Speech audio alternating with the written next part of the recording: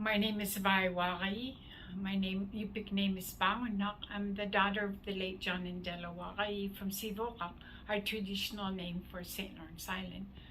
I live and work here in Anchorage. Our office is located on the traditional lands of the Denna Aina people. I work with Alaska Community Action on Toxics. I'm an Environmental Health and Justice Program Director.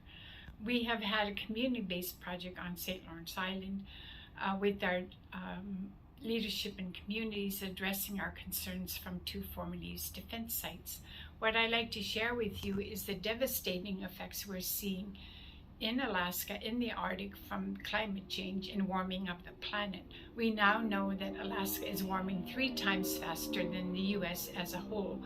This is resulting in food security issues for my people who have relied on walrus and seals for many, many generations. These sea mammals are dependent on sea ice, and with the ice and glaciers and permafrost melting, this is resulting in food shortages for my people. Our freezers are empty, and our communities and elders and children are going hungry. The other devastating effect we now know about is that the Arctic has become a hemispheric sink for persistent organic pollutants, and these pops have been sequestered in the ice, and as the ice melts, they're being released even quicker. Another route of exposure for my people.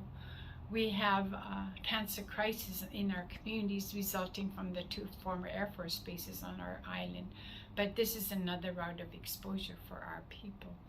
And we now know that the Arctic Ocean has the most microplastics than all the oceans on the planet. This is due to the production and release of plastics that are ending up in our oceans. This is very alarming to learn because most of our traditional foods come from the oceans and the Bering Sea. And we're also seeing erosion on our shores. This is resulting in some of the communities in my region whose communities are falling into the ocean, and they need immediate assistance.